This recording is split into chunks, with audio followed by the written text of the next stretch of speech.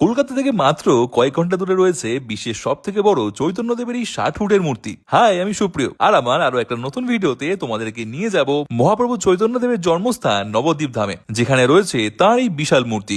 10 টাকা দিয়ে টিকিট কেটে নরহরি ধামের ভিতরে ঢুকলে দেখতে পাবে একটি গুহা, আর এই অন্ধকার গুহার মধ্যে দিয়ে হেঁটে বেরোলেই রয়েছে কৃষ্ণের রাসলীলা, চৈতন্যদেবের সংকীর্তন সহ নৃত্য, ঝাড়খণ্ডের জঙ্গলে পশু পক্ষীর সাথে মহাপ্রভু শ্রীকৃষ্ণের বনভোজন লীলা, ব্রহ্মানারদ সংবাদ, শ্যামকুণ্ড, রাধাকুণ্ড। রয়েছে একটি মিউজিয়াম যেখানে দেখানো হয়েছে ভগবান বিষ্ণুর 10টি অবতারের লীলা। সখী সহ রয়েছে রাধাকৃষ্ণ, তুলে ধরা হয়েছে মহাপ্রভু চৈতন্যদেবের লীলা। আর ঠিক এখান থেকে বেরোলেই দেখতে পাবে সেই বিশাল প্রায় 60 ফুটের চৈতন্যদেবের মূর্তি। এখানে দুটি পাদুকাও রয়েছে। এর ঠিক সামনে দেখানো হয়েছে কালীয় দমন আর গজকুমির লীলা। তো এখনো পর্যন্ত নবদ্বীপ নিয়ে এসে থাকলে তাড়াতাড়ি একদিন প্ল্যান করে ফেলো, আর এলে এই জায়গাটা কিন্তু আসতে একদম ভুলো না। আর যদি জানতে চাও নবদ্বীপ কিভাবে আসবে এবং আর কোথায় কোথায় বা ঘুরবে, তাহলে কিন্তু অবশ্যই ফলো করে নিও সুপ্রিয় এক্সপ্লোরস।